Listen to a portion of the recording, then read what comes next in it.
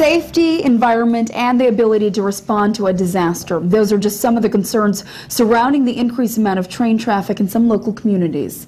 Those concerns were heard today by Governor Dayton and other state leaders. They are touring the state and meeting with local officials in some of the towns that are most affected by oil trains coming through from North Dakota. ABC 6 News reporter Brandon Long was at today's meeting in Red Wing and has details in our top story.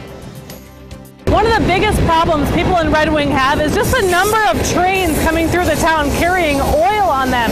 It used to be a couple of trains a week, now it's a couple of trains a day. What do we want to accomplish in Minnesota? That was one of the biggest questions at Tuesday's meeting in Red Wing surrounding oil transportation via railroad. It's really about the volume and the volatility and the risk factors. Risk factors that include environmental concerns if there's a spill, as well as potential public safety problems. You know, something like Prairie Island where, you know, the trains block off the only entrance and exit to and from the island is really, you know, that's a very, very serious problem. About 50 people came to listen in on the discussion between Governor Dayton and local officials, including John Meyer from the Rochester area. He says while the oil trains themselves may not go through Rochester, the impact from them can be felt all across southeast Minnesota. It emphasizes the point that all issues are local, you know, if something happens.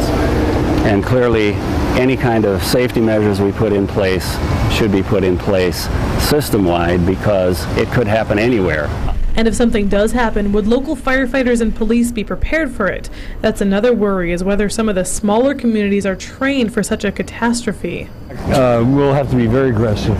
There are still a couple of meetings to go, and once they're all finished, all these concerns are going to go back to the Capitol, where state leaders will decide who's going to fix these problems and how they're going to do it. In Red Wing, Brianna Long, ABC 6 News.